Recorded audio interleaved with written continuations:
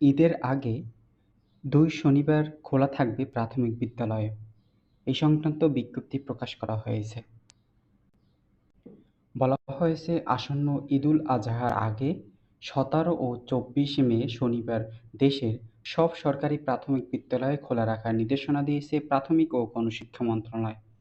অন্যান্য স্কুল কলেজের পাশাপাশিও এই ২ দিন শনিবার প্রাথমিক বিদ্যালয়গুলোতেও স্বাভাবিক কার্যক্রম চলবে।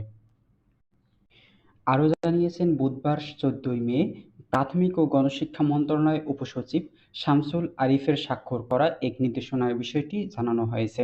এতে বলা হয়েছে সরকার ও ঈদুল আজহা উপলক্ষে আগামী ১১-১২ জুন বুধ ও বৃহস্পতিবার নির্বাহী আদেশে সরকারি ছুটি ঘোষণা করা হয়েছে। একই সঙ্গে দাপ্তরিক কাজের সুবিধার্থে সাপ্তাহিক ছুটির দিন ১৭ থেকে ও ২৪ মে শনিবার সরকারি অফিস খোলা রাখার সিদ্ধান্ত নিয়েছে। নির্দেশনায় আরও বলা হয়েছে ছুটিকালীন সময় সব সরকারি, আধা-সরকারি, স্বায়ত্তশাসিত, আধা-স্বায়ত্তশাসিত এবং বেসরকারি অফিস বন্ধ থাকবে।